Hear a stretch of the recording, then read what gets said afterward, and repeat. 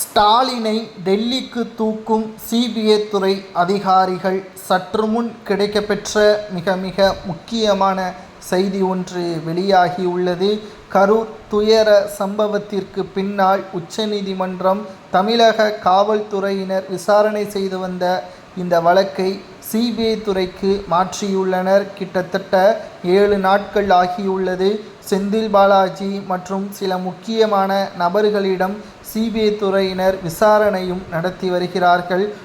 முழுக்க இது திமுகவின் பின்புலத்தினால்தான் துயர சம்பவம் நடந்ததாக தாவேகாவினர்கள் உறுதியாக கூறியுள்ளனர். மேலும் சிசிடிவி மற்றும் ட்ரோன் காட்சிகள் மூலமாக அனைத்து ஆதாரங்களையும் சேகரித்து வருகிறார்கள்.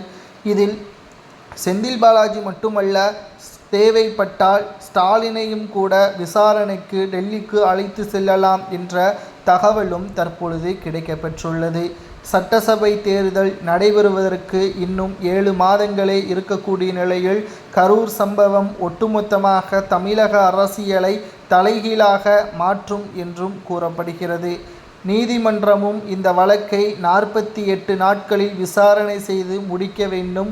குற்றவாளி யார் என்பதை நீதிமன்றத்தில் சமர்ப்பித்தால் அவர்களுக்கு உரிய தண்டனையை உச்சநீதிமன்றம் பெற்றுத்தரும் என்றும் நீதிபதி தெரிவித்திருந்தார்.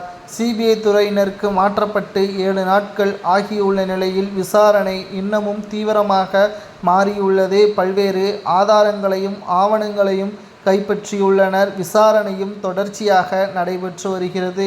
ஸ்டாலின் உள்ளிட்ட பலர் மீதும் சந்தேகம் இருப்பதாக தாவேகாவினர்கள் கூறி வருகிறார்கள். குறிப்பாக ஓராண்டே ஆன தாவேகாவை பார்த்து திராவிட முன்னேற்ற கழகம் பயப்படுவதற்கு காரணம் என்ன?